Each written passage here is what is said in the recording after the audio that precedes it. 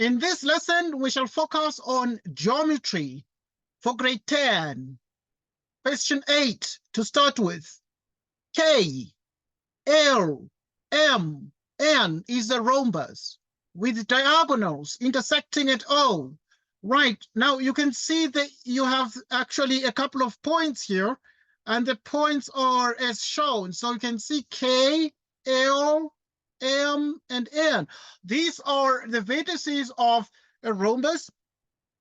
Moreover, we actually can see that there are diagonals. The diagonals are the lines that run from one vertex to the opposite vertex. Those we call diagonals. So this is also a diagonal from K to from vertex K to vertex M.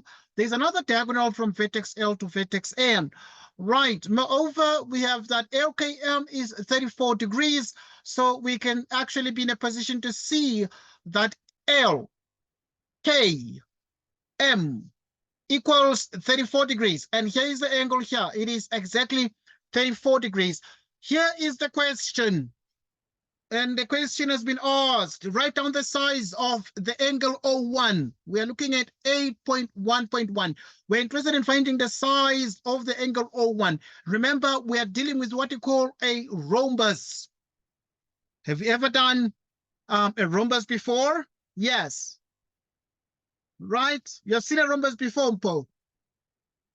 Right. So a rhombus has all sides equal. So you can see KL is equal to, they've been marked equal here. So this side here, KL, is equal to the side LM, equals the side MN, equals the side NK. Okay.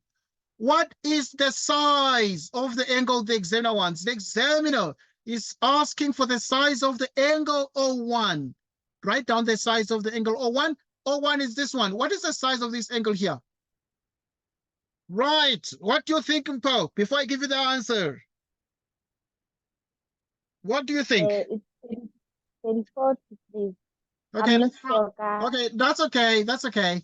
We are learning. Okay, because I just want to know how much you've learned. Okay, if you're dealing with what you call a rhombus, the diagonals are perpendicular to each other. Okay, we say the diagonals actually intersect at right angles. Dealing with a rhombus, we say it is a property. We say diagonals, right, intersect. Right, intersect at right angles. Intersect at right angles. Right, if we don't want to say they intersect at right angles, they intersect at 90 degrees, the diagonals themselves are said to be orthogonal. We say they are orthogonal. Okay, right. Now, dealing with what we call orthogonal diagonals, because they are perpendicular to each other. They are just like what we call lines. If you have a line here and another line there, and these lines meet at right angles to each other. Okay, we then say the two lines are orthogonal lines, and if we do not want to say they are orthogonal lines, a very popular narrative is to say they are perpendicular. Right, perpendicular. Right, if they're perpendicular, it means this angle is 90 degrees, that angle is 90 degrees, all of them are 90 degrees. So the examiner is just teasing us here, is asking us a stupid question. They're saying find, or rather write down the size of the angle O1, and clearly the angle O1 equals 90 degrees. What is the reason for this? The reason, because in geometry, if you say anything, if you give an answer, you give a statement, it must be supported by a reason. What is the reason? Right, diagonals of a rhombus. The reason is this one here, diagonals of a rhombus, you can write here. So you say diagonals. Right, diagonals of a rhombus. Right, of a rhombus intersect, or diagonals of a rhombus, yeah, or we can say intersect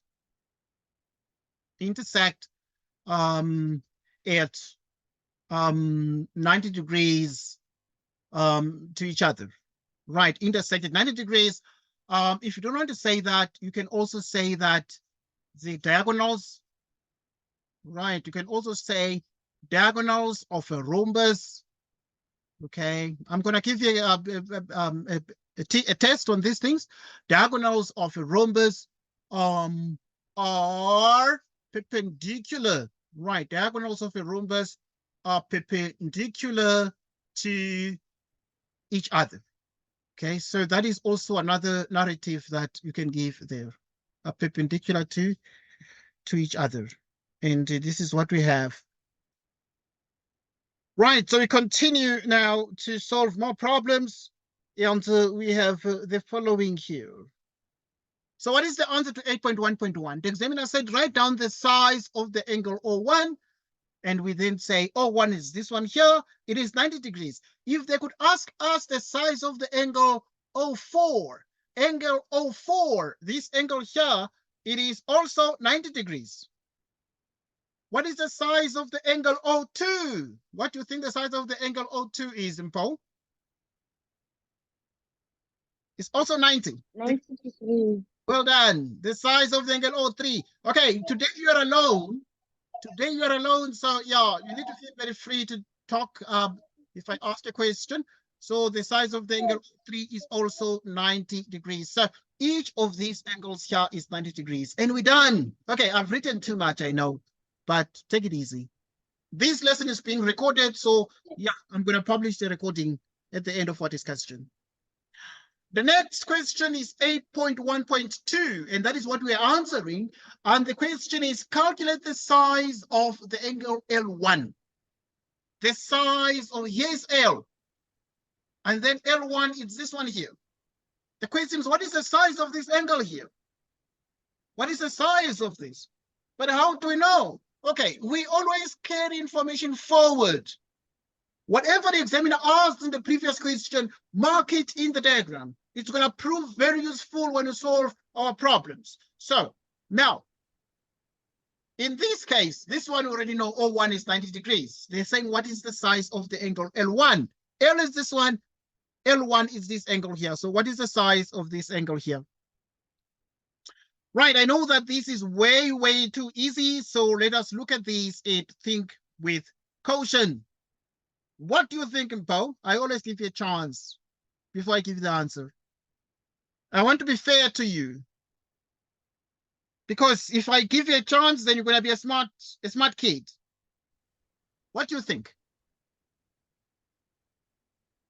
Akis, I didn't hear you. Someone called. Please come again. Oh, okay, that's fine. All right, that's okay. So yeah, one the size of the angle O1, L1, excuse me. So to find the size of the angle O1, because you already know how many angles here.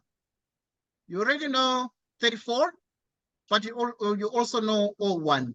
So that in the end, then you add this one, and this one. Right, so you're going to say that. K plus O1. Yes, well done. So yes, so you're going to take K plus L1 plus O1 is equal to what? Is equal to 180 degrees. Right. 180 and then bongwala in a triangle. Excellent, excellent. I like it. Right. So you're gonna write angle L1, which is this one, plus angle O1 plus plus 34 degrees. Right. So we can always do that. So yeah, plus 34 degrees. Can write like that. Plus 34 degrees, and this is equal to 180 degrees. What is the reason for these things here? This is the sum of triangle. Well done. I love the reason. I love the reason. That is excellent. That is excellent stuff. Okay. So now we then obviously continue to then say now the angle L1 plus the angle O1 we know is how many degrees? It's 90 degrees plus 34 degrees, which is equal to 100 and what? And 80 degrees. Right, so what is then the size of the angle L1? So to find L1, we move everything to the other side. So we're going to say 180 degrees minus 124. Okay, well done. Wow, you're so smart. Okay, you can even say 124 because if you these two give us 124. So Yeah. yeah, good. That's correct. That's correct. And then what is 180 degrees minus 124? What is the answer? It is exactly 56 degrees. Well done. It is exactly 56 degrees. Okay, we got 56 degrees, but there are a couple of things also that remain very, very important. Also, I mean, we have this here, and the reason that we have written this equation is because of the sum of angles in triangle, but also the angle O1 equals 90 degrees. Why is the angle O1 equals 90 degrees? You just say proved. Proved in 8.1.1 above.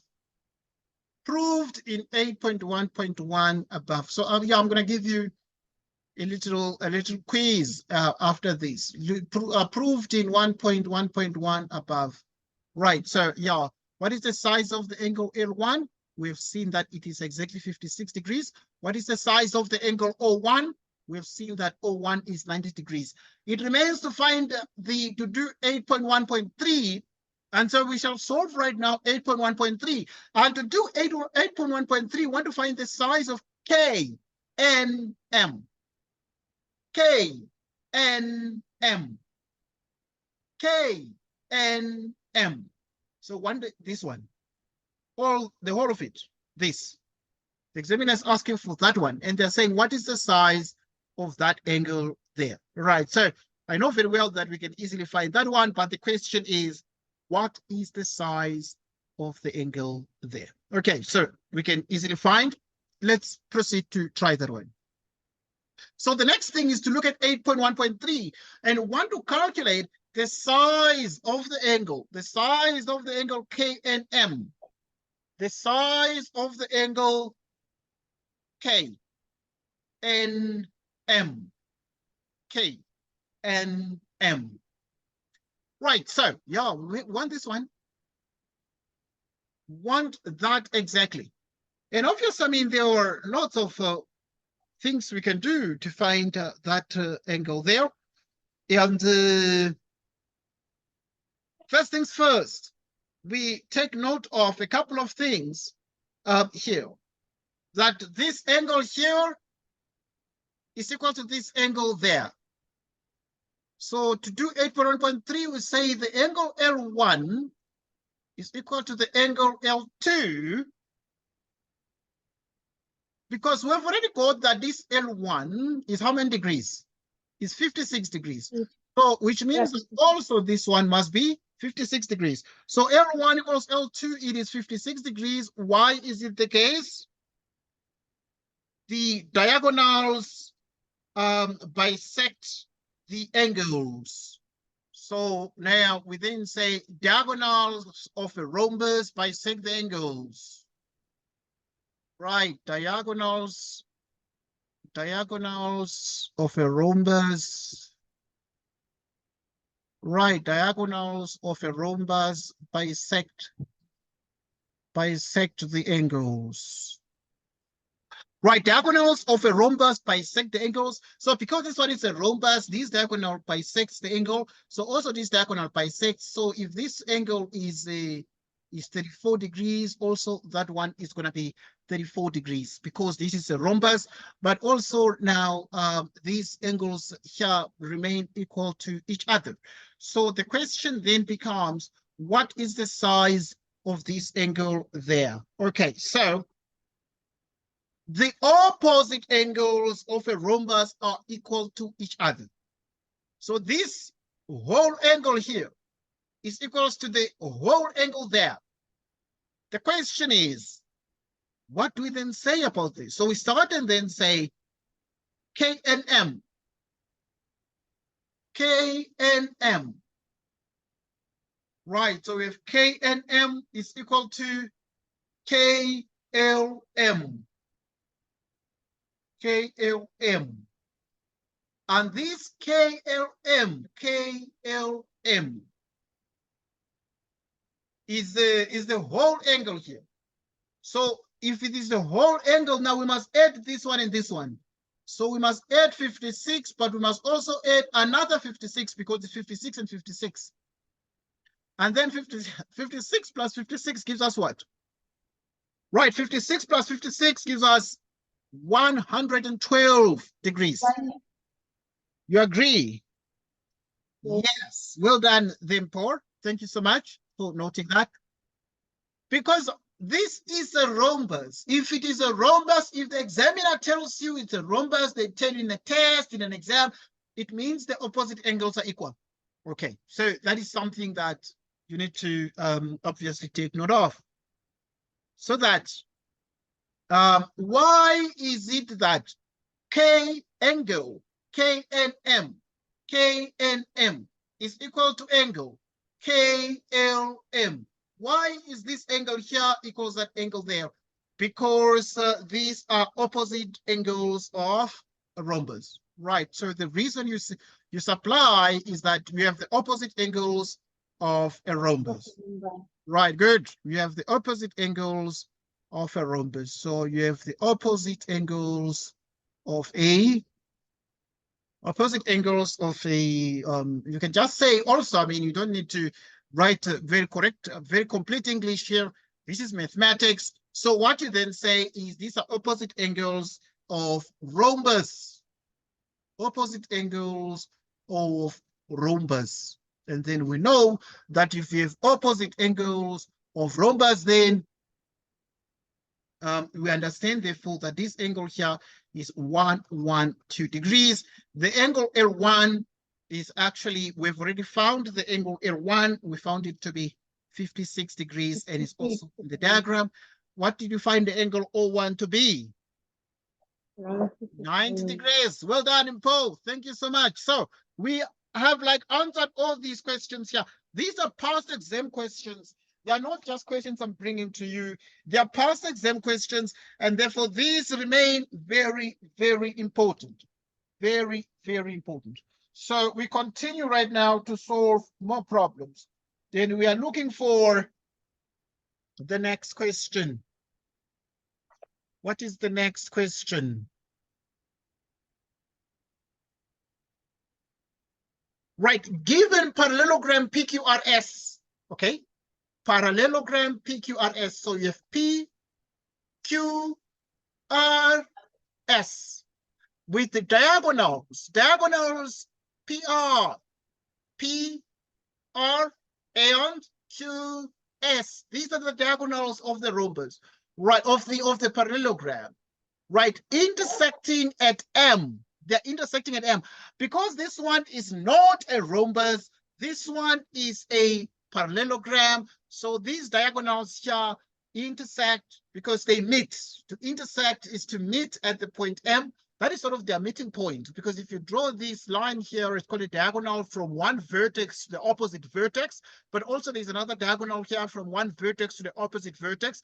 They actually meet at the point M, and therefore, if they intersect at the point M, there are a couple of things that remain extremely important for us to take note of.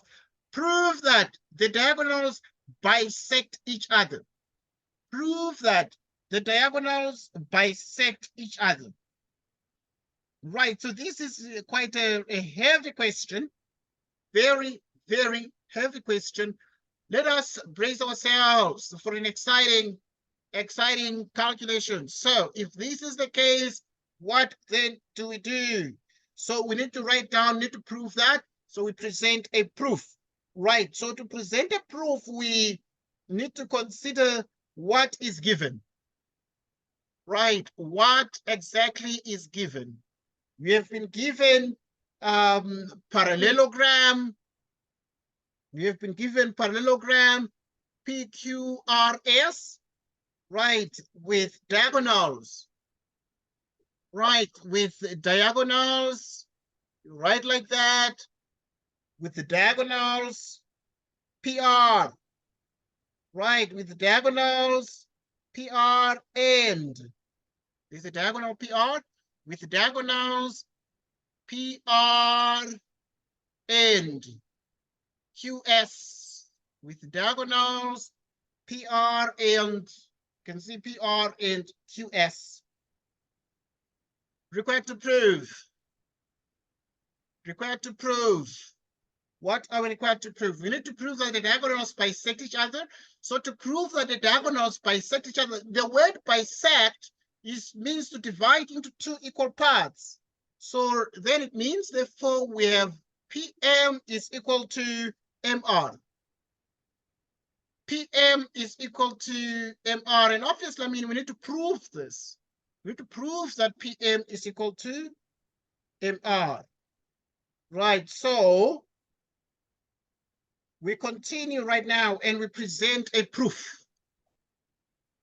Right, we present a proof to this.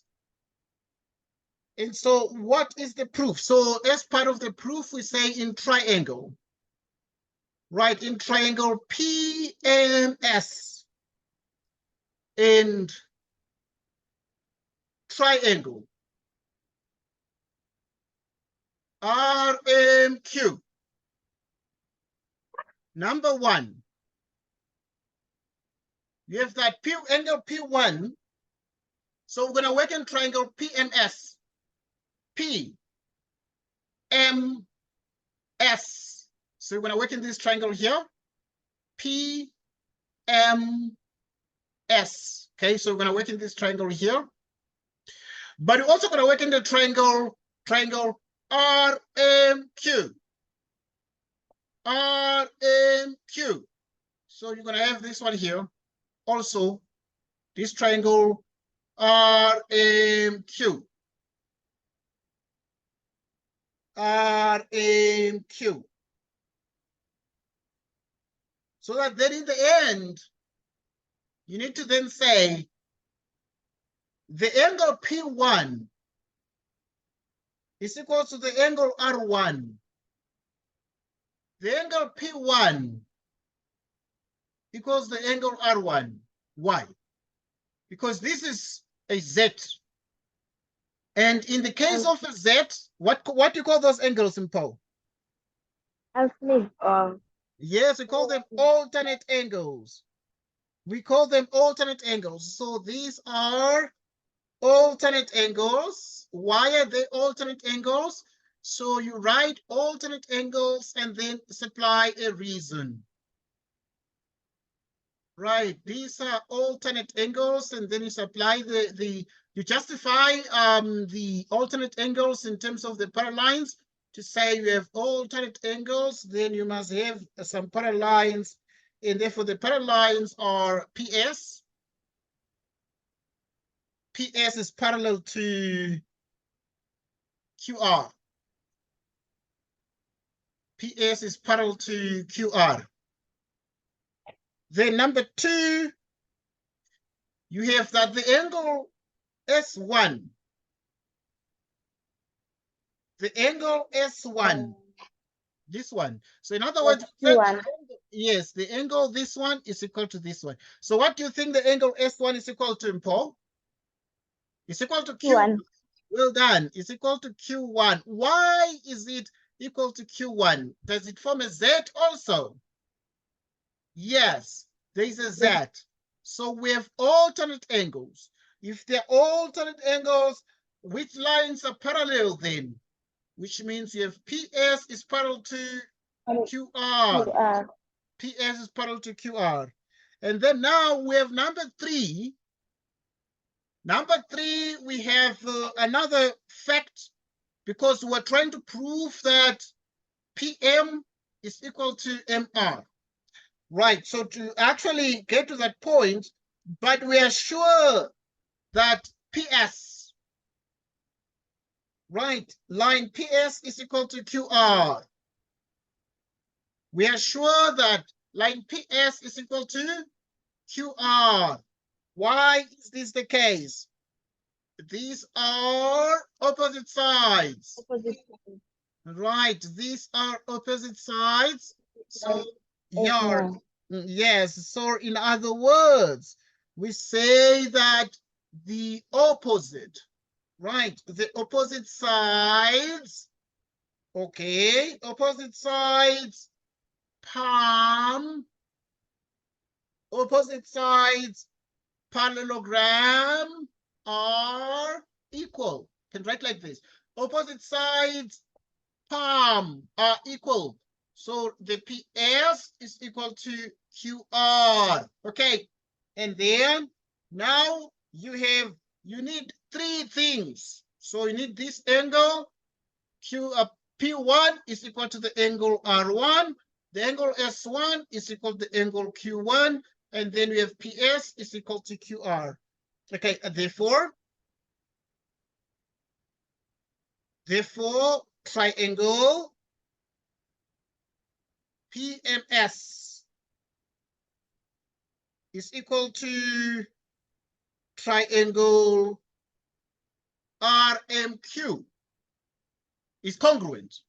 So the triangle PMS is congruent to triangle RMQ. Why are these congruent? They are congruent because of the reasons that we can state. So we have angle, side. So you have here angle, side, angle, side. And this implies that, this implies that because this triangle PMS is congruent to triangle RMQ, then you are able to say that even the corresponding sides are equal to each other. So that this implies that the line segment PM is equal to the line segment MR. So you have that PM is equal to MR, right, that way. So we have exactly that there as stated. So, right, and also, so you have that PM is equal to MR, but also you have that PM is equal to MR, PM equals MR, and also you have that MS. MS is equal to, yes, MS is equal to, MS is equal to MQ. Right, MS is equal to MQ, like that. So these are the things that, so in other words, the diagonals here, what they do is they most certainly bisect each other. Okay, because these triangles are congruent triangles, and therefore you have that your PM is MR, but also you have that your MS is MQ. Okay, this is a proof. So this proof requires a lot of reasoning. So you must practice this proof so that you are good at proving things, because that is what we need to do. We need to learn and learn and learn so that we can become the best we can be. But we continue right now to look at more problems. The next question. Right, so this is obviously what we've just done. Here's another question. And this question here focuses on a parallelogram. So in other words, in the diagram, ABCD is a parallelogram with diagonals intersecting at E. So you have A, because it's A, B, C, D. So you have A, B. I want to just mark these here. So I want to just tick them accordingly. So you have A, B, right? A, B, C, D. Right, in the diagram, A, B, C, D is a parallelogram with diagonals intersecting at E. Here the diagonals intersecting at E. The diagonals of parallelogram DECF intersect at G. Okay, the diagonals of parallelogram DE. D. Right? E.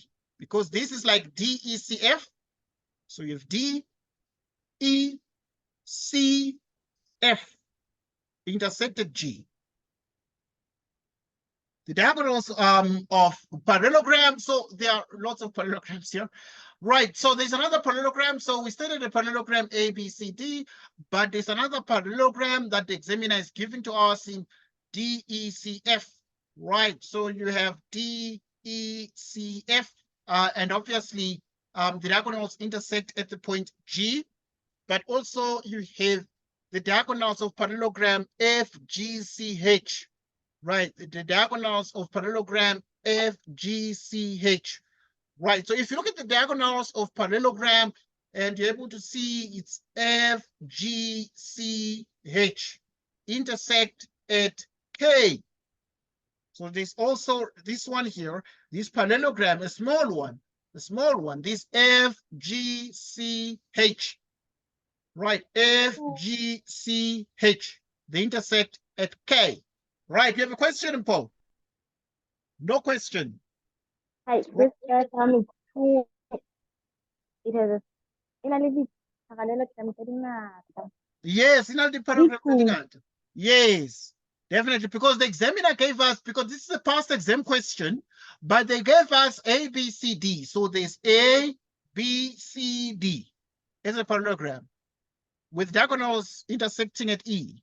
The diagonals of parallelogram DECF, there's also DECF, they intersect at G. The diagonals of parallelogram FGCH, right, FGCH intersected what? At K. Right, prove that DB is equal to 4KC. Prove that, so you have D here, and then you have B there. So prove that DB is equal to 4KC. So you have DB is equal to 4K is this one, and C is that one. Right, so let us prove this and see what the examiner has in store for us. So we look at these very carefully and we reason and see what more we can have here. Right, so to prove that DB is equal to 4KC, we proceed as follows to prove this 8.3 result. So first things first, we actually are able to realize that DB is equal to twice DE. DB is equal to 2 times DE. Okay, because we have already, because this is a parallelogram, so this these diagonals bisect each other, so that this one here and this one here, this is like the middle point, the midpoint. So that now if you take the whole of DB, it is 2 times the distance if you move from D to E. So you move from D to E, and then you multiply it by 2. So from D to E, if you multiply it by 2, then it is the same as saying from D to B, like that. Okay, so we supply the reason for this. So the reason for that is that DE is equal to EB. Okay, because these diagonals of a parallelogram, what they do is they bisect each other. Then we look at the next point, and the next point is to focus on DE.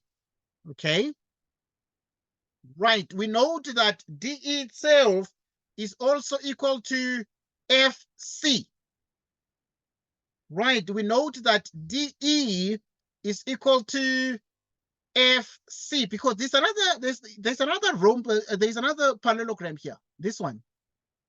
There's another parallelogram where they've put like 3 arrows, and then they've put 1, 2, 3, 4 arrows, 4 arrows. So there's another parallelogram. But what we're able to see is that now DE is equal to FC because the opposite sides of a parallelogram are equal to each other.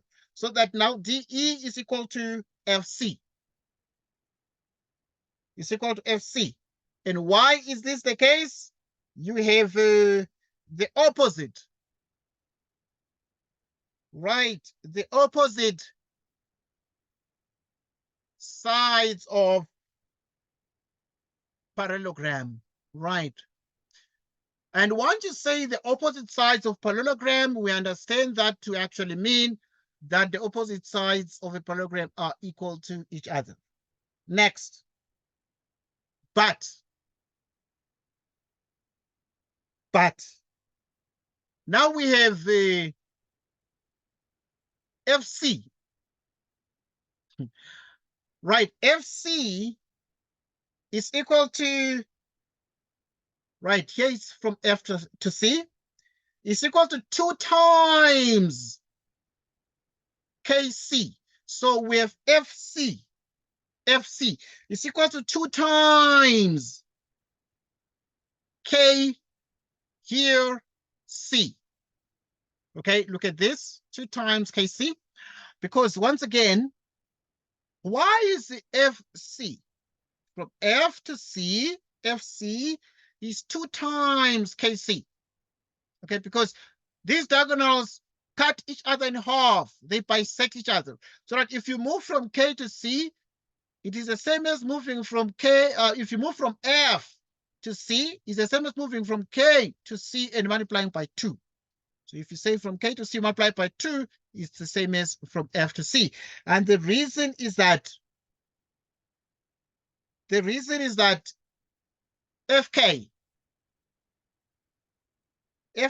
is equal to KC. FK is equal to KC. And also, now if you look at DE,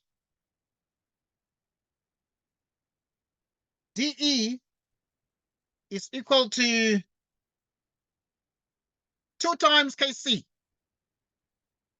So DE is equal to 2 times KC. Let us look at this, but look at this very, very carefully. So if we say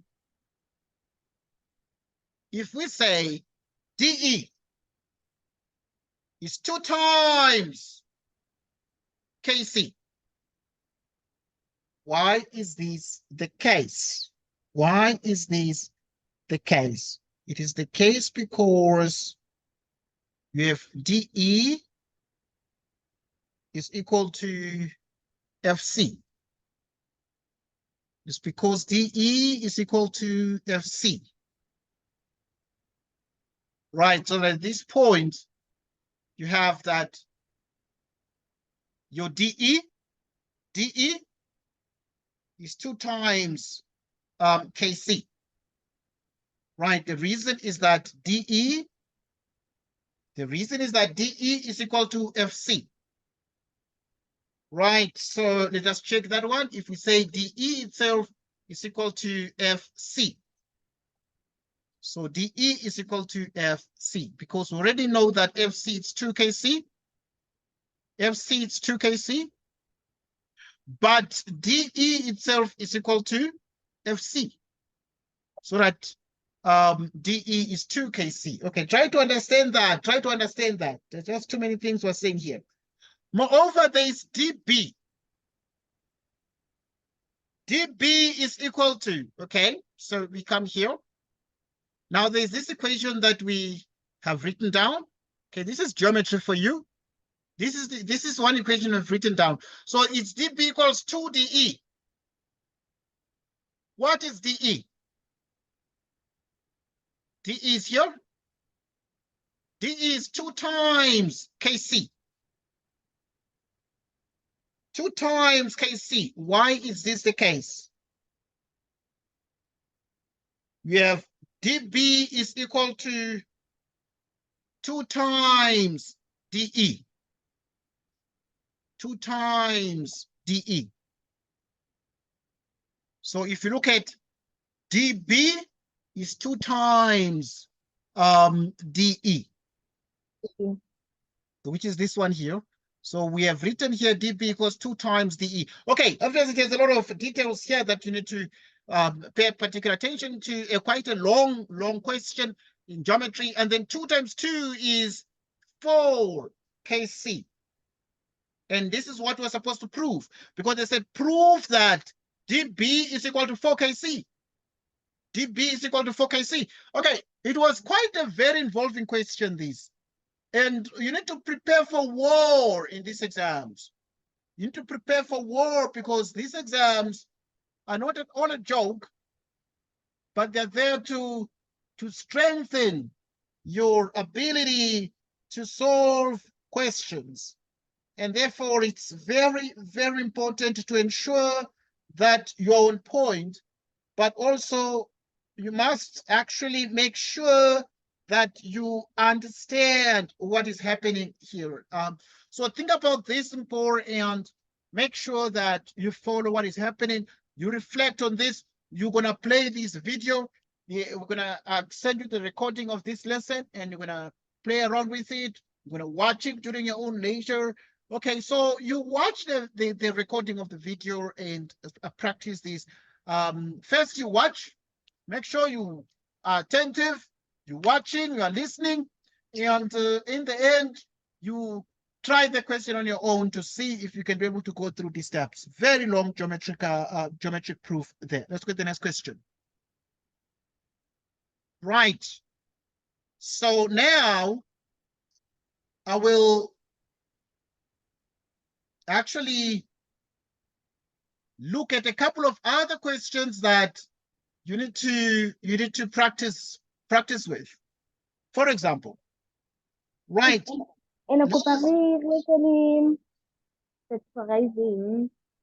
Factorizing, yeah.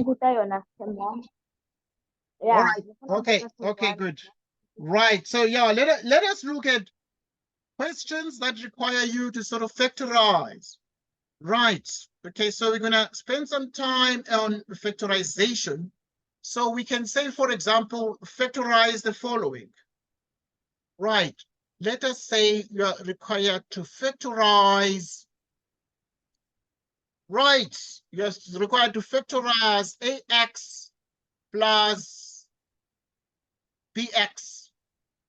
What do you think are the factors of this?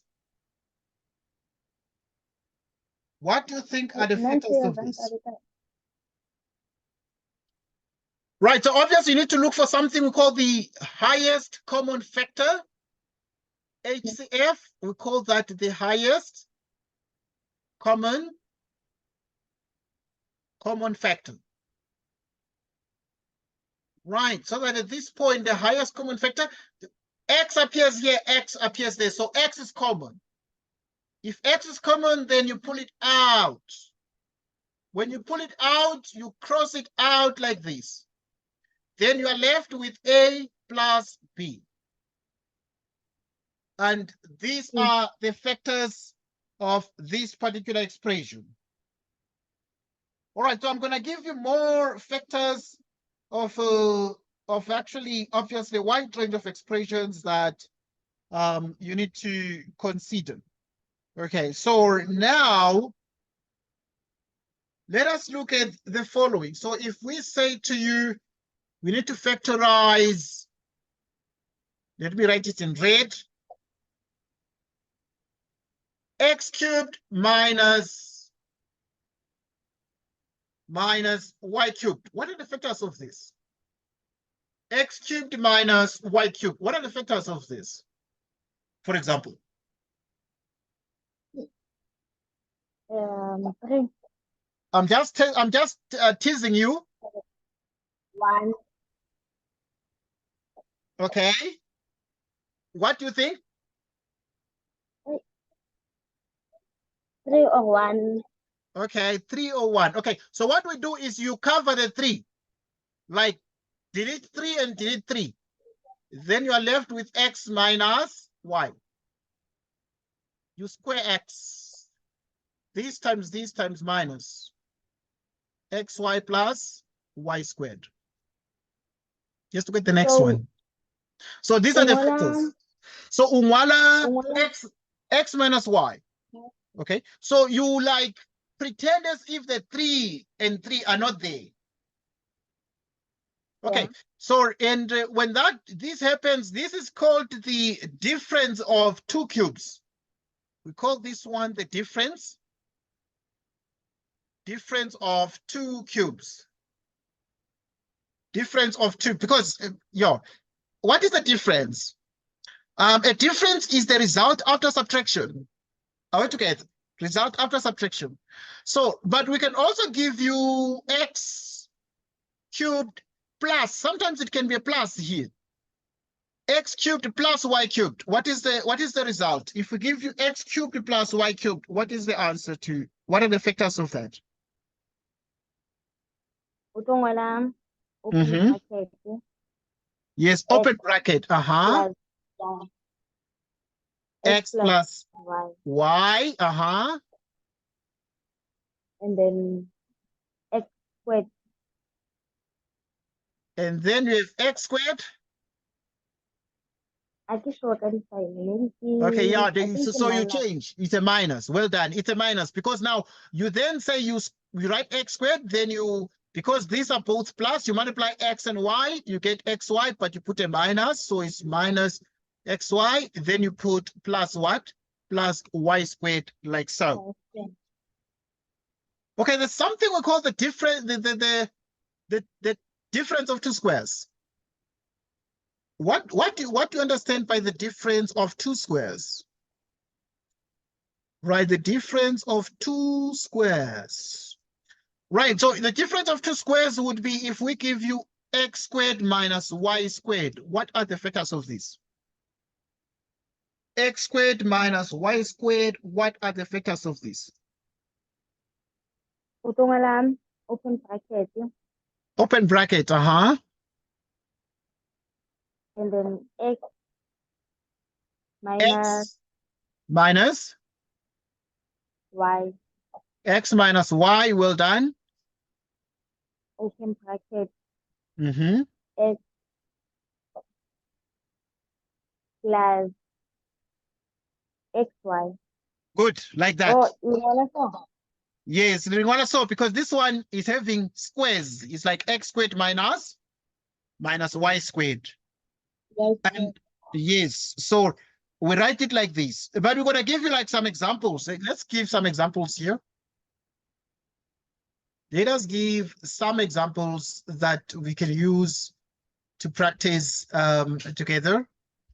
Right, to give a couple of examples, let us proceed as follows. For example, right, because we've already solved this, we're going to use this space for us to practice a little bit more and spend time on factorization. Here is an example.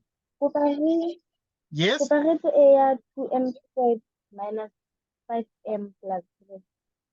Okay, please give it again. You said it's what? 2m squared. 2m squared, like this. Yeah, minus 5m. Minus 5m. Okay, good. Is it plus 3? Yeah. Okay, plus 3, like this. Yeah. Okay, good. Let us look at these. So obviously now we need to factorize this. And to factorize these, there are a couple of ways that we can use to factorize these. But how to proceed to factorize this? We factorize these as follows.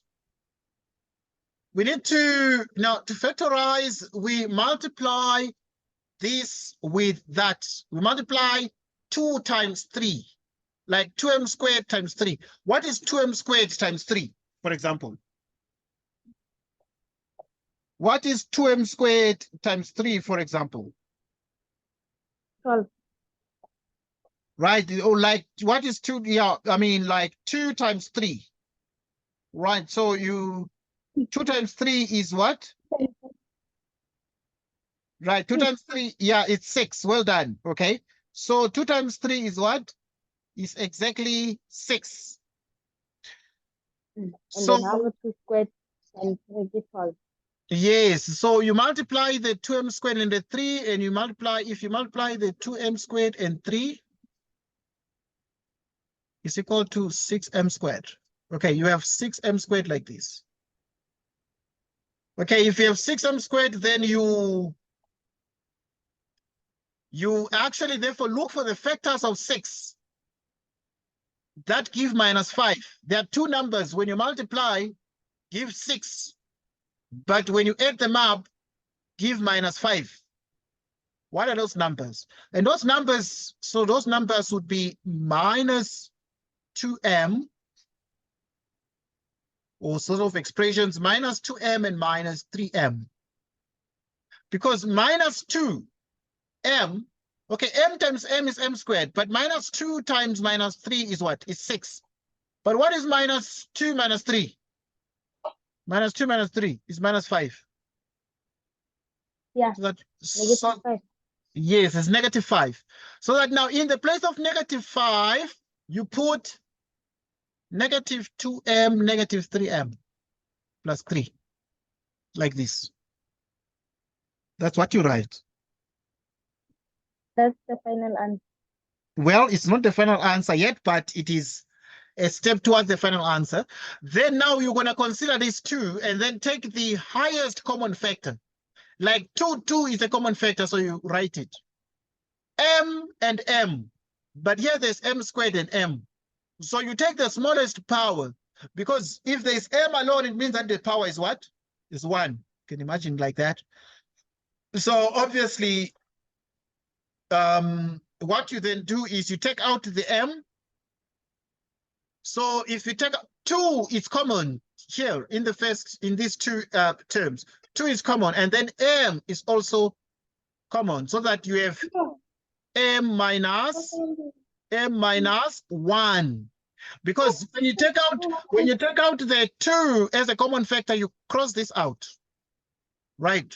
And then now you take out the m, so you cross this m, and then you cross this one, right? And if you cross this m, because you pulled out 1m, and this is m squared, so there are 2 factors of m, and then you're left with 1 factor of m, right? So you have this.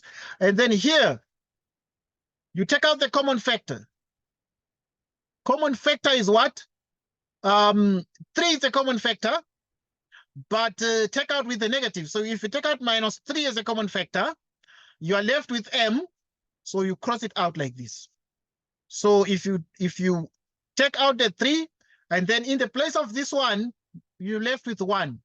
But because you are pulling out a negative, this one is going to be negative. So that when you multiply negative times negative, negative times negative gives a positive. And then minus 3 times m gives minus 3m. Now we continue. So you have the m minus 1, m minus 1. So it's a common factor. M minus 1. 2m minus 3. Like that. So you have the m minus 1 as a common factor, and then it's m minus 1, m minus 1. So when you take out the m minus 1 as a common factor, you cross this out and you cross this out, because we are taking the m minus 1 as a common factor. Then you're going to be left with 2m minus 3. Yeah. So this is the answer. This is the answer. But obviously, we're going to give you like more problems to try on this factorization thing. So let us continue and do more of this factorization so that you can be a very good student. And we continue with more factorizations, right? And we're going to look at how the factorization is done, because factorization is part of the grade 10 syllabus. And so now we're going to look at how in the exams you are expected to learn factorization and become a superstar. So we continue. Right, we continue. So the next thing. Right, so let us do this. Let us use this space here. So I'm going to clean this up. Right, and clean this up now. We're going to put another question that is on factorization, and we shall make sure that we practice factorization together so that we can be very good people. We can be good citizens of this country. Right, we can be good citizens of this country. And we continue and we do the following. Right, so We continue as follows. We continue as follows. Let us look at the following question. Let us look at the following question. Right, factorize. That is the question. It says factorize. And you have this question here. We have 4x minus x cubed. We have 4x minus x cubed. Okay, good. Right, and there's Tenula there trying to join us, which is excellent. So what do you think the factors of these are, Paul? What do you think the factors of these are? What are the factors of these? X. Yeah, we need to factorize, right? So what do we do? Yeah. So we need to look for what is common. What is X common? common. X is common because there's X here, there's also X there. So in other words, we're going to pull out X. And X is the only thing that's common because there's 4 here, but there's no other 4 there. So 4 is not common. But X is common. And when we pull out, we cross this one out, and we cross this one, we have a 2 there.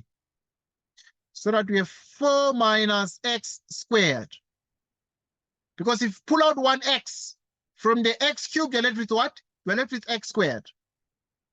Okay, if you pull out 1x, you factor out 1x, then you cross it out here so that you are left with only 4. Okay, then what do we do now, Paul? What do you think? What do you think we do? What do you think we do? Bracket.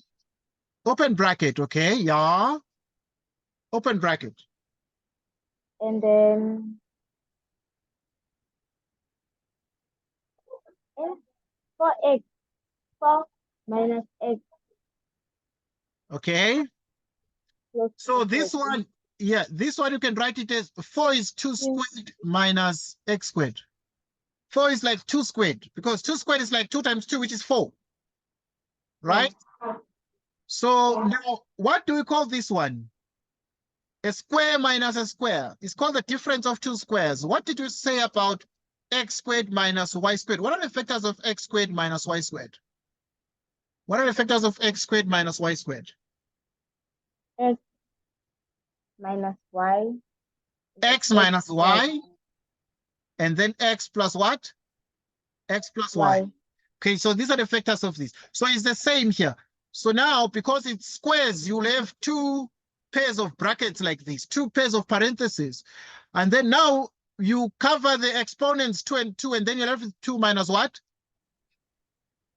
2 minus x. And then you also have 2 plus what? 2 plus x, like that. 2 plus x, like that. So these are the factors.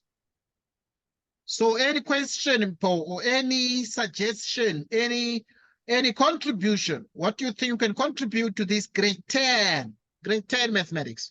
What do you think you can contribute to this one? Okay. All right, yes. Dishebe then, because I'm going to give you like more. Okay, let me also give you another one. Right, so if I give you another one, for example, okay, you gave us this one, but I can give you a different one. And obviously, because we're trying to make sure that you practice and you understand everything. But now let us look at this particular one. You need to factorize, and that is the question. Right, you need to factorize. Right, y minus xy plus x minus 1. What are the factors of this one? What are the factors of this one? Yeah. Have you ever seen something like this before? No. Okay. Right. But now to deal with this one, we continue with the fact that we need to factorize this. And to factorize this, what do? You open bracket. Okay, open bracket. Okay, first and foremost, what is common here in the first two terms? What is common? Y. Y is common. Well done. So you factor out y and then you cross this y out, you cross this one out. When you cross this one, because there was only one y here, you're left with 1. And then now you factor this y out and you're left with like 1 next to the x. So it's only just x. And then when you get to this point, this one is 1 minus x. So you must make this one 1 minus x. How do you make it 1 minus x, this one? You transpose. Yeah, you need to sort of transpose things. But what you do is, because this one is positive and this one is negative. So what you do is you factor out a negative. When you factor out a negative, this one that is negative is going to lose. It's going to lose its negative, and then it's going to be plus. The x, which was positive, becomes what? Becomes negative. We have 1 minus x, 1 minus x. Okay, if you have 1 minus x and 1 minus x, then what do you get? 1 minus x and 1 minus x, then you have y minus, then, okay, 1. Yes, you have y minus 1, because if you pull out the,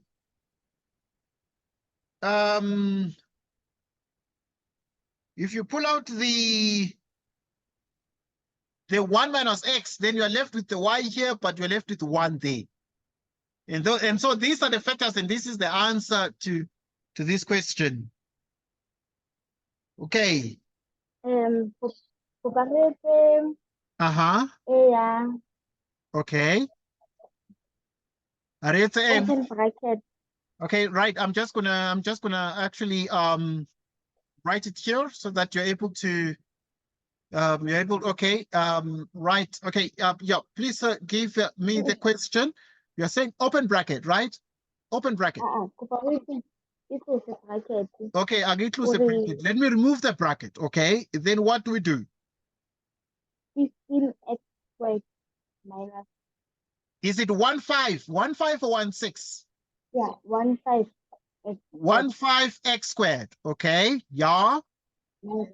Minus 18xy. Minus 1, 8 xy, like this. Yeah, plus 3y squared. Plus 3y squared. Yeah. Good. And we need to factorize this one, right? Yeah. Right, good. And to factorize this one is very, very interesting, but also very, very easy. First things first, you need to ask yourself, is there a common factor? Is there a number that divides 15, that divides 18, and that divides 3? What number is that one? There's a number that divides 3, that goes into 18, but it also goes into 15. That number is 3 itself, because 15 is 5 times 3. So 15 is a factor of 3. Okay? 18 is 6 times 3. 18 is 6 times what? 18 is 6 times 3. Okay, so yeah. So you factor out 3 here. What is 15 divided by 3? So you divide. 15 divided by 3 is what? It's a 5. It's a 5. And then what is 18 divided by 3? You just put the negative here. 18 divided by 3 is what? 6. Well done. 6xy. XY. And then you divide 3 by 3. When you factor out something, you divide inside. So it's 1. And then it's 1y squared. So we just going to write only Y squared. Yes, like that. Y squared. Like that. Okay, we always do this when we factorize to reduce the numbers because these numbers are very large. Next, what we then do is we multiply 5 with 1. We multiply like the coefficients. So you multiply 5. In principle, you multiply 5x squared with y squared. Multiply 5x squared with y squared. Okay, you can just say multiply 5 and 1, the coefficients in front of these variables. And then now this is going to give you 5x squared y squared. 5x squared what? Y squared. Y squared. And then what you do now? You look for the factors of 5. Factors of 5 that give -6. There are two numbers. When you multiply them, we get +5. But when you add them, we get -6. What are those numbers? How do you put in? If there are two numbers, if we are multiplier, we get 5. But when we add them, those numbers, we get -6. What are those numbers? Those numbers are -5, because now you look at this is like xy, this. So you put xy and then -1 xy. But yeah, -1 xy. -1 xy, you just put -xy. -1 xy is actually -xy. So that then in the end, what you're getting is as follows. Okay, so it's what is -5 minus 1? -5 minus 1 is what? -5 minus 1 is -6. -5 minus 1, when you just add them up, you get -6. But -5, -5 times -1 is what? Is +5. Are we together? Yeah, keep positive. Keep positive, because negative times negative is positive, isn't it? Okay, good. So that now you put the 3 here. So you're going to put 5x squared. Then these numbers, you put them here. Because now you're going to put here 5xy. This 5xy, you're going to put it there. Then now you also put -xy. Then you also put what? Y squared. Like that. And when we continue, then at this point, we are able to, okay, -5 minus 1 is -6. -5 minus 1 is -6. Okay, we have the 3 here. And then now you must pull out the highest common factor that is common in the first 2 terms. What is common here? You can see that 5 is common. So you cross it out because you pulled it out. Then there's also what? X. This one is, there's x here and there's x squared there. So x is common. So you're going to cross out this x. And then here, this one is x squared. There's 2 factors of x. And then if you factor out 1 factor, and then we're left with only 1 x factor there of x. So now, then after you crossed out the 5, you crossed out, and then you're left with x to the power 1. X to the power 1 is just only what? Just only x. You pulled out the 5 and the x. You're left with what? The -y. Okay, so here you pull out the y. What is common? What is common here in these two? What is common here? Y. Y is common. Right. So if you have y that is common, and so you can pull out the y. So if you pull out the y, if you want, you can pull out the y like this. And if you pull out the y, then this x is negative. And then if you pull out the y, there are 2 of them, so you're left with only 1.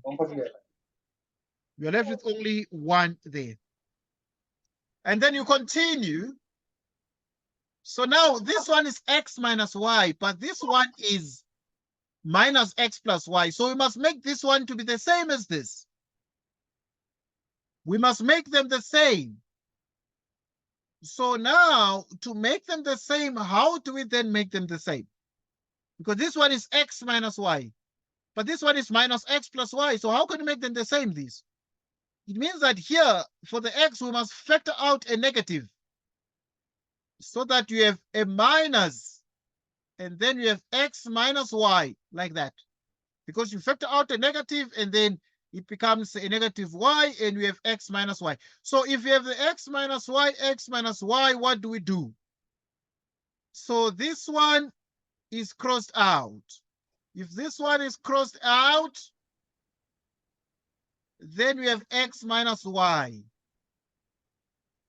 Because x minus y is a common factor, but there's a 3 outside already.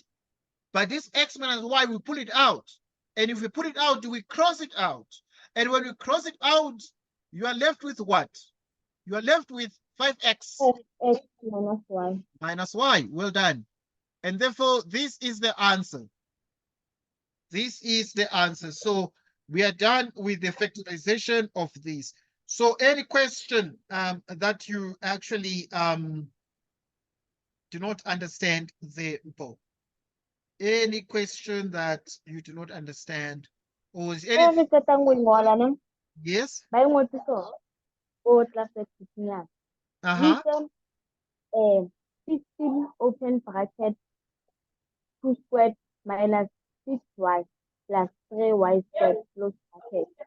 And then kota sangola in 15 open bracket 3 minus 3y close bracket open bracket x plus 3. Then kota the final answer angola x equals to 3 or x equals to negative 3. Okay, good. Okay, yeah, I can hear you there. Okay, what was the original question? I mean, was it just 15x squared minus 18xy plus 3y squared? Was it equal to anything? Million affair. Million affair, right? Okay, right. Yeah. Obviously, there are many ways to do it. For example, let's look at the answer we got. This answer that we got can be written differently. Like, what can you do with this answer? So with this answer, you have a 3 here. So if you have a 3 here, you can put the 5x minus y and then have x minus y. So you can commute. You can switch the order of multiplication here. Once you switch the order of multiplication, then you have, what is 3 times 5? 3 times 5 is 15. 3 times 5 is 15. Then we have 3 minus y. So then we have minus 3y, and then we have x minus y. So they might have written the answer like this. They might have written the answer like, what did they write? Did they write 15? Did they write the answer like this? Did they write like 15x minus 3y, open bracket, x minus y? Did they do something like that? X equals to 3 or x equals to negative 3. Okay, Bangwetsi, like x equals 3 or x equals negative 3? Yeah. Okay, yeah. Right, so let us look at this and think about it. Yeah, but obviously, I mean, it doesn't follow. It doesn't follow that because we're not solving here. Okay, this question did not have an equal sign in the beginning. This was not equal to anything, you know. Since it was not equal to anything, what do we then do? What do we then do? Okay, never mind, but this is going to be the answer. So this is the answer, but this is also the answer. Okay. Please come again. Yo solver. Yeah, solve, eh? Okay, good. Yeah, let me just take that question now solver just now. Let us do that. Right. Let's just clean this up. Right, so we're going to read out the question that must be solved, and we're going to solve it together right now and see what more we can do so that we can be better people, we can be good students, and we can enjoy ourselves. Right, so we're good, most definitely. Okay, I'm just cleaning this up. Just cleaning this up. Just cleaning this up. Okay, let us look at. Okay, what is the question? 18 to the power of x 18 to the power of x. times ya Okay. bona ba e ngotse ka dot. Okay, right. All right, that's fine. That's fine. This, just write it that way. So you have 18 to the power x. Is it like this? Yeah, Okay. and then times ya bona ba e ngotse ka dot. Got dots, ne? Okay. Yeah, Okay. 8 to the power of x minus 1. Okay. Is it 8 Yeah, 8 to the to power the of power of x x. minus 1? Like this. Yeah, over. Over. Is it like this? Yeah, Okay. 9 9 to the power of x minus 1. to the power of x minus 1. Dot half Dot. 4. Okay. Dot. Is it dot 4? Okay. Yeah, Right. Okay. That's fine. Dot 4. Uh-huh. to the power of 2x minus 1. To the power of 2x minus 1. Uh-huh. Yeah, if a location. Okay, is it all? If it's so, is it all? Yeah, if a location. All right, and obviously the question would say, at this point, it would say simplify. It would say what? Simplify. So how do we simplify this? How do we simplify this? Right, to simplify this, there are a couple of things we need to consider.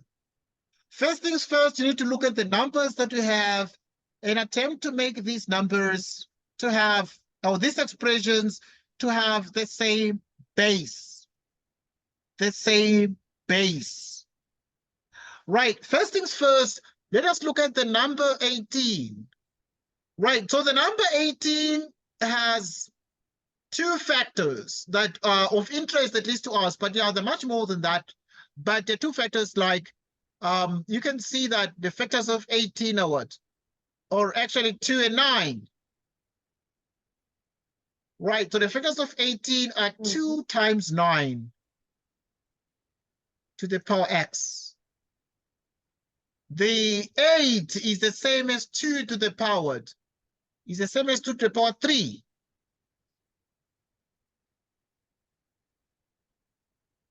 Okay, yeah, just 1 minute. Okay, so this one is 2 times 9 to the power x, which means this one is 2 to the power 3 to the power x minus 1. Okay, this one is 3 to the power 2 to the power x minus 1. This 4 is the same as 2 to the power 2, all to the power 2x minus 1. Right, so what we're then getting here is this is 2 to the power x times 9 to the power x. This is 2 to the power, then we have 3 open bracket here.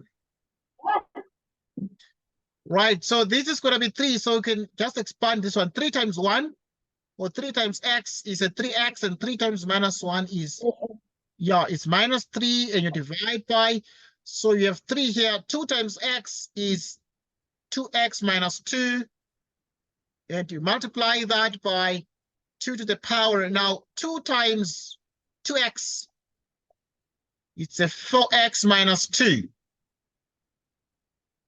It's a 4x minus 2, so that the number 9 is the only one that must be changed to the base 3. So you have 2 to the power x. The number 9 is 3 to the power 2, but there's already an x there. So this one is 2 to the power 3x minus 2. Right, and so what we're then getting is as follows. So which is 3 to the power 2x minus 2, 2 to the power 4x minus 2. So the bases here that we have two bases here. There's base 2 and base what? Base 3. So what you then do is you take the base 2 and you add everything, the powers of 2. Okay, so there is an x here, x minus 2. Right, so you have an x here and then x minus 3x minus 2. And then now, 3. Why 3 to the power of 2 exercises? Yeah, because the Leonard, like Kenya, we will include it, but we are beginning with the 2 now. Because 2 is 2 to the power x, and then there's 2 to the power 3x minus 2. So we're dealing with the 2. 2 has power x, but 2 also has power 3x minus 2. But also 2 has power 4x minus 2. But you bring it to the top, so it's going to be minus 4x, and then it's going to be plus 2. And then you multiply it by, then you have a 3. 3 to the power 2x. And then now with 3 to the power 2x, then there's another 3 here. There's a 3 here, and there's also another 3 there. This 3 is at the bottom, so you subtract 2x and you add 2. Okay, so we continue. Something. Yes, please. For negative 4x plus 2 is okay. Or we ko Yeah, because it was here at the bottom. But now it was like 4x. Then if we move it to the top, it becomes negative. So it becomes minus 4x. This was minus 2 at the bottom. If we move it to the top, it becomes positive. So if you move it to the top, it changes sign, those exponents. Like this one. Here at the top, it was only 3 to the power 2x for 3. To the 3 to the power 2x. But now, in the bottom here, you had 3 to the power 2x minus 2. So there's 2x here, and then you move this one to the top, so it's going to become minus 2x. Then we have minus 2, you move it to the top, it becomes plus what? Yeah. Plus 2. Okay. And then you have 2 here. And then when you add all these things, you have, what is x plus 3x? 4x, right, 4x. And then there's 4x minus 4x. So they cancel out. And then you have minus 2 plus 2. What is minus 2 plus 2? Minus 2 plus 2 is what? Is 0. Okay, so this minus 2 also, this minus 2 cancels out the minus 2. This minus 2 cancels out. And then you have 3 here. What is 2x minus 2x? It's 0. And then you are left with a 2 here. Okay, so what is 2 to the power 0? 1. It's 1. And then 3 to the power 2 is what? It's 9. Right. It's like 3 times 3. Yeah, it's like 3 times 3. 3 to the power 2 is like 3 times 3, which is 9. What is 1 times 9? Okay, 9. So the answer to this question is what? Is 9. Any question? Any suggestion? If you have a suggestion, you let us know. That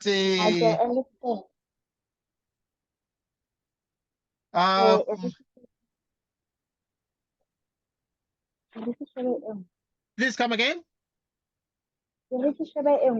Yeah, Sheba Engwe. Just look for another one so that we can try the next question and make sure that you understand everything and all these questions that are bothering you, you are able to solve them, because I'm going to give you a homework at the end of this discussion, but it is very important that you are able to solve these particular questions over here. Right. It's very important that... Yes. Reference Okay. area trigonometry. Okay. Yeah. What? Trigonometry. Trigonometry. Okay, that's fine. Are you saying trigonometry? Let me just clean up. So you have a specific trigonometry question. Oh, I can give you some questions. I don't know which one. Do you have some questions in front of you? Oh, okay, that's fine. Yeah, that's fine. The questions. I'll give you some questions. So that now you can learn how to solve trigonometry questions. Right. So obviously we need to make sure that your trigonometry is also improved and is enhanced. Let us look at some trigonometry questions here, and we start looking at the trigonometry questions as follows. Here is trigonometry, and it is as follows. Right. So if you look at these very carefully, you have the following. Right. So if you have lots and lots of trig as follows. Let me just give you some trig.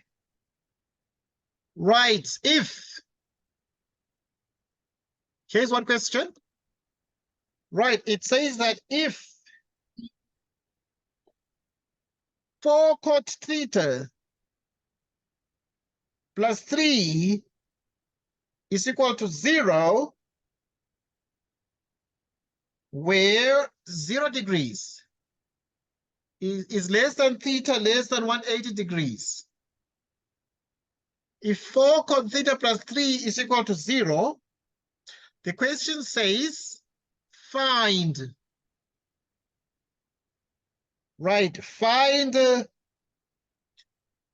cosine theta or cos theta.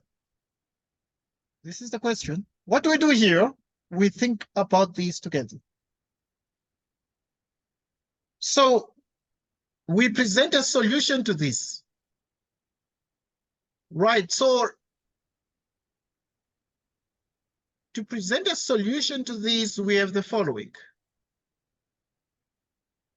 which is for the cot of theta.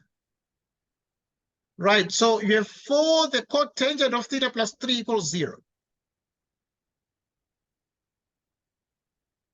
Which means that you have the cotangent of theta, which is minus 3 over 4.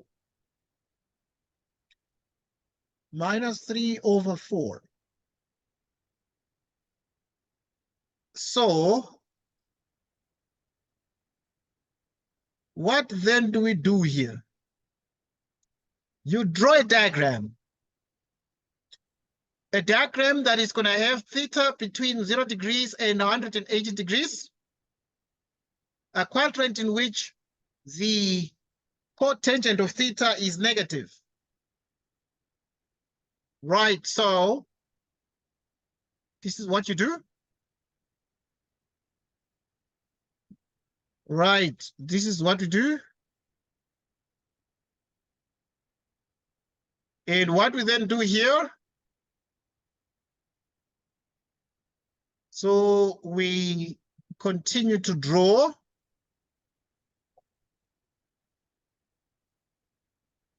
Like this. We sketch like this, theta. Right, so now we know that there's something called the cast rule. What does cast mean? Right, so here we have all positive. Here you have cosine theta, tan theta, sine theta here, sine theta, sine theta. Okay. So that now at this point, opposite, yeah. So now there's something we call SOHCAHTOA. What is SOHCAHTOA? Right, you know SOHCAHTOA. So that sine is opposite over hypotenuse. Cosine or cos is adjacent of hypotenuse. Tan is opposite over adjacent. Okay, good. When you get to this point, we have that the cotangent is the reciprocal. So in other words, this one goes with cosec theta. This one goes with sec theta. This one goes with cot theta. So that when you're here, the cot is the reciprocal, because the reciprocal of the tangent. Okay, the tangent is opposite over adjacent. So cotangent is going to be adjacent over opposite. So we come here and we actually are able to see the adjacent. So you come here, so it's -3. Opposite is 4.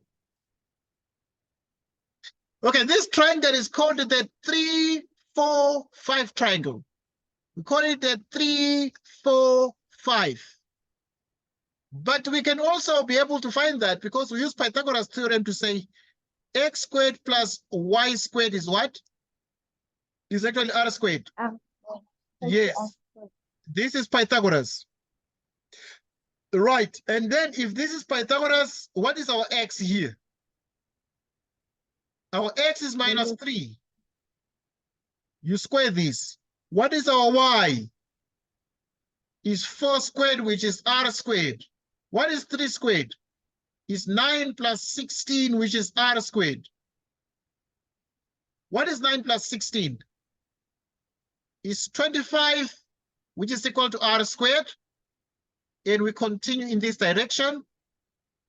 So when you have 25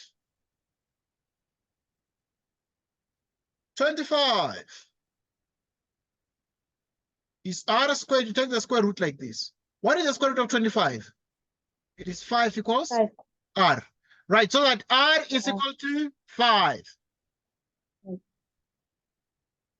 The examiner wants us to find something. What do they want us to find here? They want us to find cosine theta. Right, so cosine theta now is going to be found here. So what is cosine theta?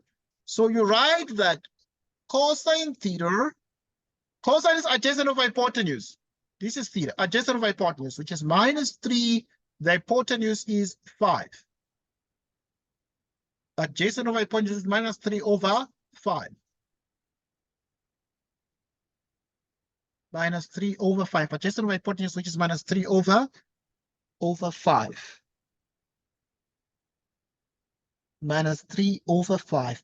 So now we are doing more trigonometry. We are doing more and more trigonometry. Let's look at this trigonometry question.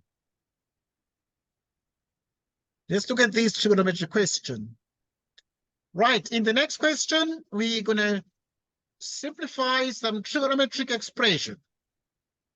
Right, and this trigonometric expression will be as follows. Let us see what we can do to simplify these trigonometric expressions. All right, I'm going to put one trigonometric expression on the board, and it is as follows. Right, so if you have, right, to say simplify.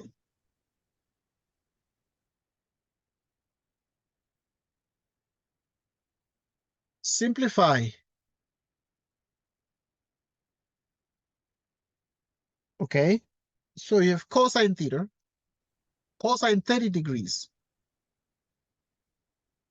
And then you have the tangent of 60 degrees plus cosec squared of 45 degrees, sine squared of 60 degrees. Right, we have cosine of 30 degrees, the tangent of 60 degrees, plus the cosecant of 45 degrees, the sine squared of 60 degrees. Right, so what do we get here, actually? What are we able to get at this point? Okay, what What is cosine 30 degrees? And we ask that question. So we have a couple of triangles that you need to learn.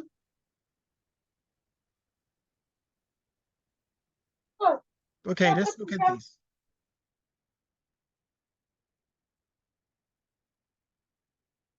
Okay, let's see.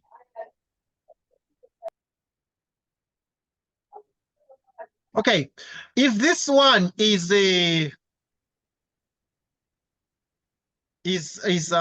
let's look at it 30 degrees, and then you have 60 degrees here, you have 30 degrees here, and then you have 2, the square root of 3 and 1. And then we have 60, 45. 45 degrees. You have the square root of 2, 1, 1. 90 degrees, 90 degrees. Okay, these are called the special triangles. These are called special triangles. Right, these are called special triangles. Right, so to simplify these, we proceed as follows. So now if you have the cosine of 30 degrees, the cosine of 30 degrees, right? So what is cosine 30? But now to find the cosine of 30 degrees, you must remember what you call tower. Right, now let us come to this. Now we want to find like the cosine of 30 degrees. Right, cosine 30 degrees. Now 30 degrees is this one in this triangle. It is this one. So cosine 30 degrees now is cosine is adjacent over hypotenuse from tower.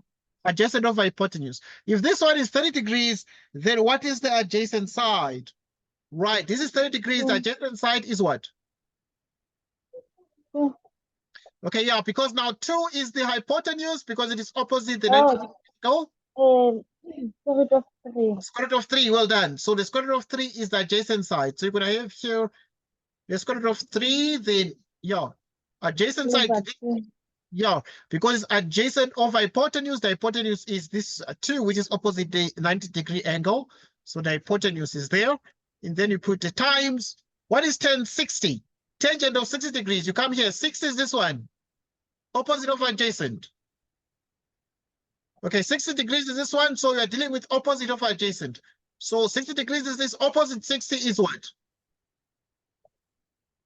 Square root of 3. Square root of 3. Well done. Opposite 60 is the square root of 3 over, right, the adjacent. What is the adjacent? Adjacent, because the tangent is opposite of adjacent. Adjacent 60 is what? 1. It's 1. Well done. Adjacent 60 is 1. Plus, what is the cosecant of 45? What is the cosecant of 45? Okay, let's come. Now, cosecant is going to come with, sine goes with cosecant theta. Cosine goes with sec theta. Tangent goes with cot theta. So that when you have cosecant or cosec, it is the reciprocal of sine. So you start and say hypotenuse over opposite for cosecant. Right, so you're going to look at 45 degrees. It doesn't matter whether you pick this one or this one. So when you're dealing with 45 degrees, then you're going to have 45 degrees and then say hypotenuse over opposite.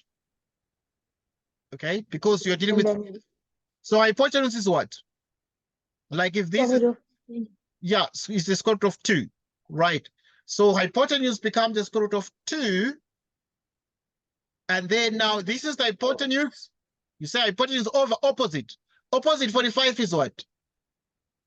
1. 1. Well done. So you have the 1 here. But because this one is squared, what you do? You square everything like that. Then you have the sine 60. Right, so the sine is opposite over hypotenuse. So the sine 60 is this one. What is opposite 60? Because now we are dealing with sine 60, so sine is opposite over hypotenuse. Opposite 60 is what? This is 60. Square root of 3. Square root of 3, well done. So you have the square root of 3 there, opposite 60. Right, and because it's opposite of hypotenuse, opposite 6 is square root of 3. Hypotenuse is what? Hypotenuse, which is opposite, it is 2, opposite the 90-degree angle. So what is square root of 3 by square root of 3? It is exactly 3 plus. Okay, if you have the square root of 2, you square it. What do you get? 2 times the square root of 3 out of 2. And then now this is what you have. Let us proceed with this. So, right, we continue by writing here. So this 2 now, this 2 is going to cancel this 2. And then you have 3 over 2 plus the square root of what? The square root of 3. And this is the answer to this question. This is the answer to this question. So any question, anything that you do not understand, Paul? Anything that... Final answer, Anna. Yes, the key final answer, Anna. This one, this red one, is the final answer. Right, it is the final answer, this red one. It is the final answer. And then obviously, I mean, I'm going to give you another example right now. As part of what you need to learn, you must be able to remember your identities in trigonometry. There are some identities that you need to remember. Let us recap on those identities that you need to remember. Right, let us remember some of those identities. Right, there are things we call the tan theta. Tan theta is equal to what in terms of sine and cosine? Right, tan theta in terms of sine and cosine is equal to what?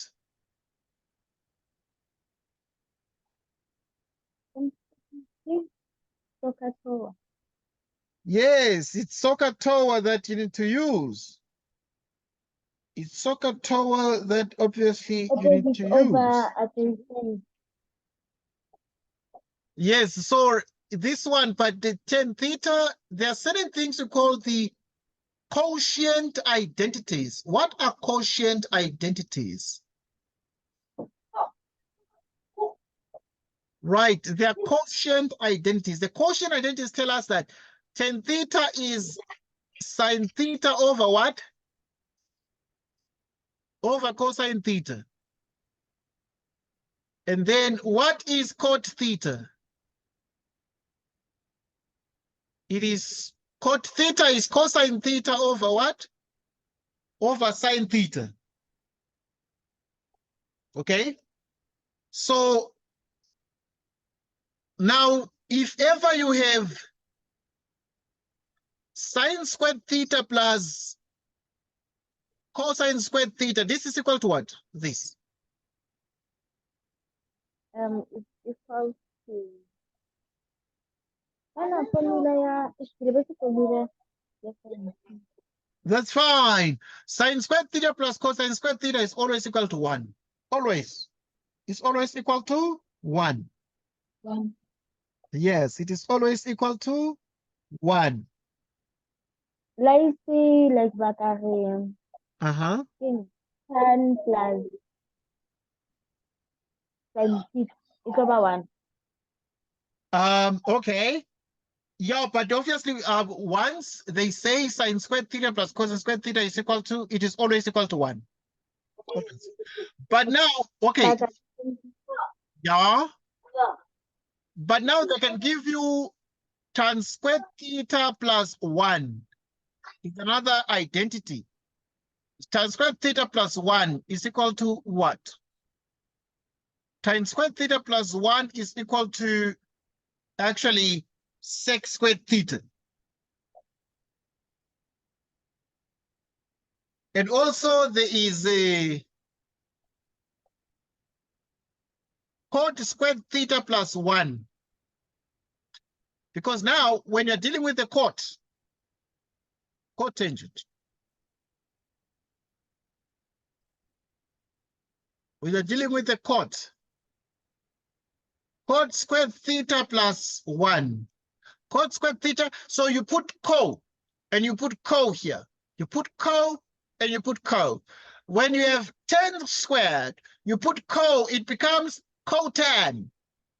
But cotan, we only write what? Cot. And then, if it is sec, you put a co, and it becomes cosec. And we write cosec squared theta. So we have this identity and also that identity. So the identity is that tan squared theta plus 1 is equal to sec squared theta. Cot squared theta plus 1 is equal to cosec squared theta.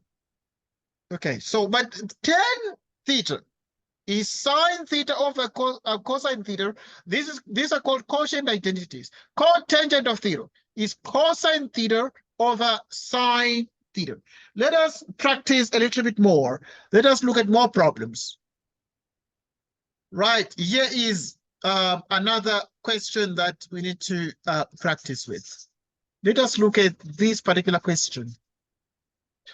Right, in the next question, we're going to practice with many other things that that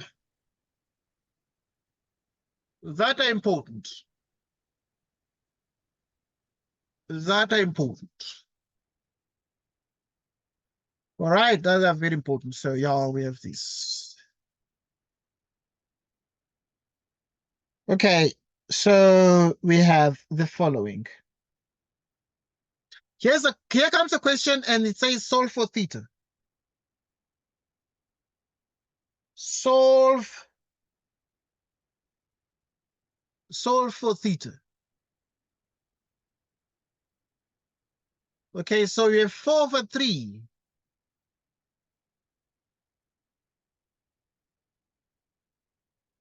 4 over 3 sine theta is equal to cosine 37 degrees. Solve for theta. Okay, and the question continues. Let me just write it in full. When they say, right, solve for theta, correct. Correct to 2 decimal places. Correct to 2 decimal places. Okay, if they give you this one, what do you do here, Paul? What would you do? Okay, they give you this, but they also give you 0 degrees, theta 90 degrees. So what should happen now? So,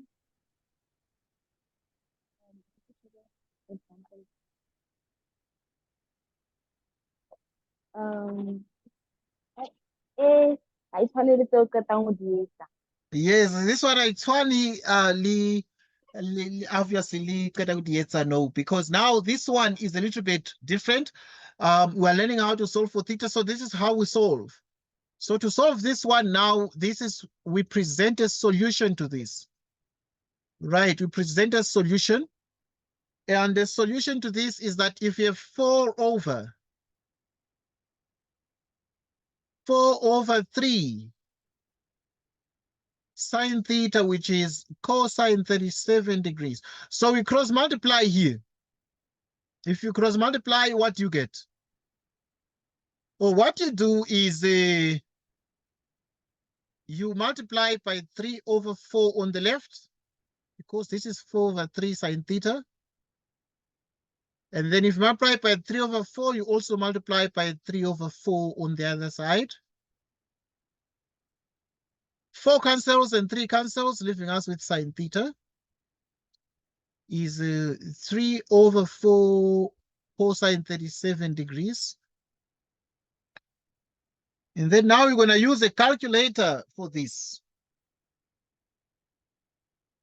You're going to use a calculator for this. So what you then do is you take this particular question and you use a calculator to find the result. Right. So you're going to write sine theta is equal to, so you use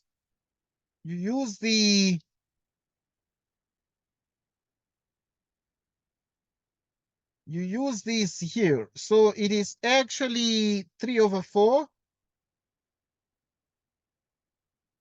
So we punch in for calculating. Yeah, we punch in so calculating. So you have a cosine. Yeah. So you say 3 over 4 cosine 37 degrees. 3 over 4 cosine 37 degrees. Info 0.57. Yes, it's 0, 5. 57. Right. 7. Yeah, 5.7. But yeah, I'm just getting 5.98. Why? 5.97. Okay, I'm gonna check. I'm gonna check why this discrepancy. If need be, I'm gonna launch a calculator here. Let me launch a calculator so that we can get the same answer. Just 1 minute. I'm gonna launch our calculator. Right now, launching our calculator, this is what we're able to get. Right, launching our calculator, this is what we're able to get. Okay, let's get this calculator here. Right, so we have this calculator on the screen and we can see very well. Right, so, okay, so we're launching this calculator and we're gonna have the screen and we're gonna have this bar and we're gonna have this. Okay, let us use this calculator now because we want to be sure of the answer. Oops. Want to be sure of the answer. Okay, so yeah.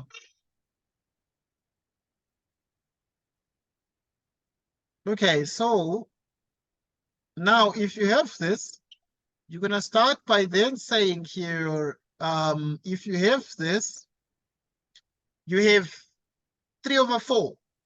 You're gonna do this, and then you're gonna have 3 out of 4, and then you multiply.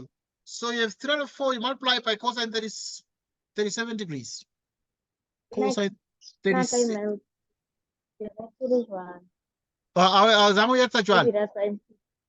Yeah, that's the thing. Because you see, yeah, you see what the calculator is giving us? It's giving us 0.598977.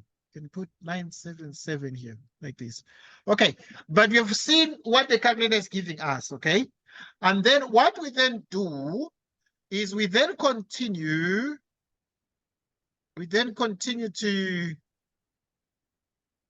to solve this one, which means therefore, if you use this, then you need to find something called the reference angle. What is the reference angle? So to find the reference angle of this, you need to say the reference angle is equal to, okay, there's something called the arc sine of 0.598977. So that you have the reference angle is equal to. Okay, now do this one. What is arc sine of this? Shift sine of this. What answer do you get? Okay, I'm going to also use our calculator here on the board. This calculator here. Sana, how we actually Yeah. na calculator. Oh, Yes, and then what answer will you get? So this is 0.5. Mara ke etse Uh-huh. What are you getting? ke etsa Okay, yeah. It's in ke degrees. thola 0,64 Is your calculator in degrees or in radians? Your calculator. So you need to check that. You see, there's a small d, but very tiny here, and this is the degree symbol. So your calculator must be obviously in degrees. So that now you're gonna Okay, ke etsa yang ebe in degree. obviously see, I'll have to check the model of your calculator. Okay, but I'm gonna demonstrate with right. Okay, let's start. If you press on like this, you can do mode like this. Right. If you do mode, this is what you're seeing. So it's comp, stat, complex, and things. Then you can come here, shift setup. Okay, shift setup. Then you can see degrees, 3, 4 is radians, and 5 is gradients. So now if you press 3, it's gonna be in degrees. So there's a small d there. There's a small d there. But now you can then do shift. Yeah, there's shift setup. Then you can, if you want to be in radians, it does that radians are not done at school, they're done at university. So there's 4, which is rad, R-A-D, rad.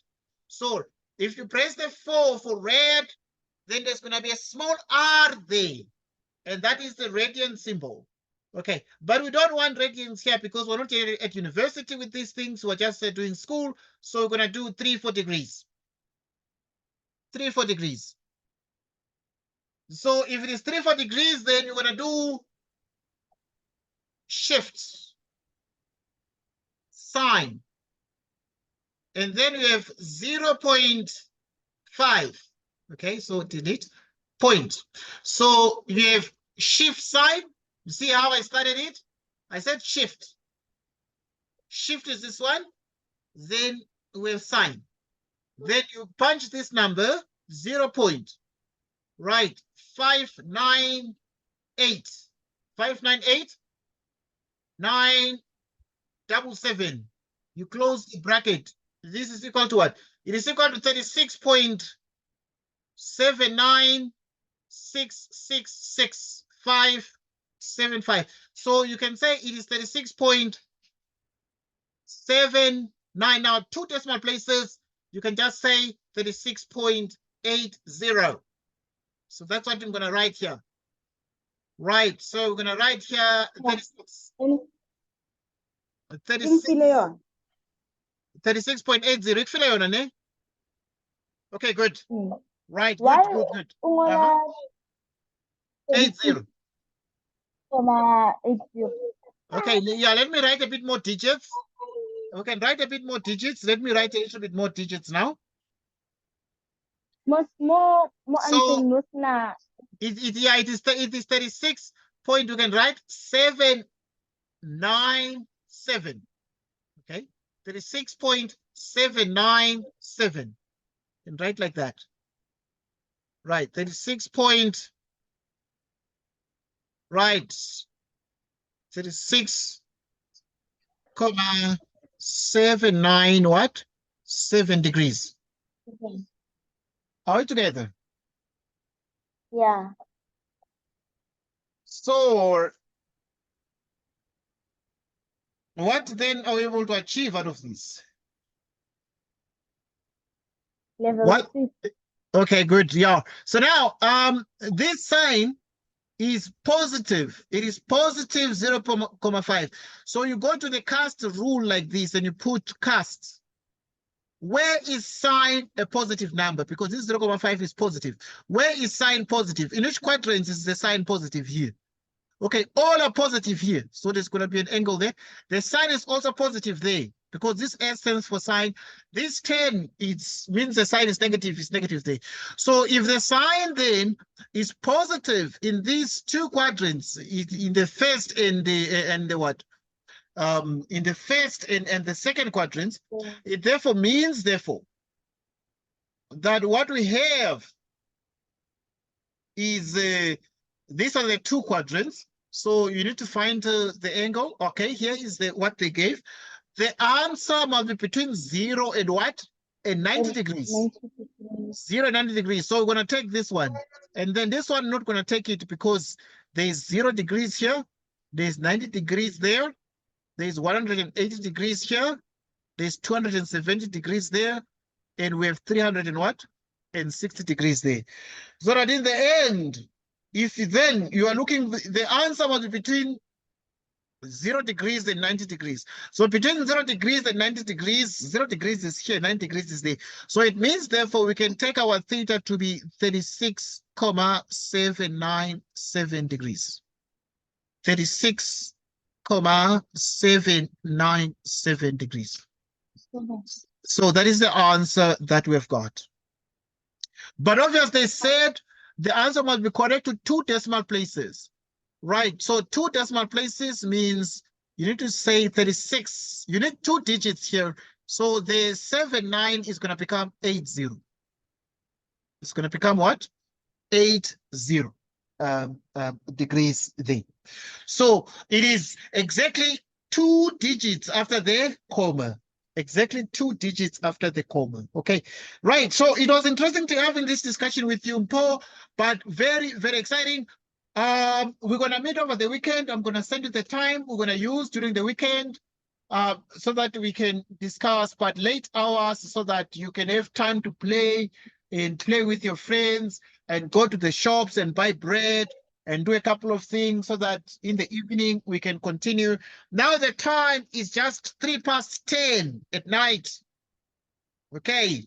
And it's a very beautiful day.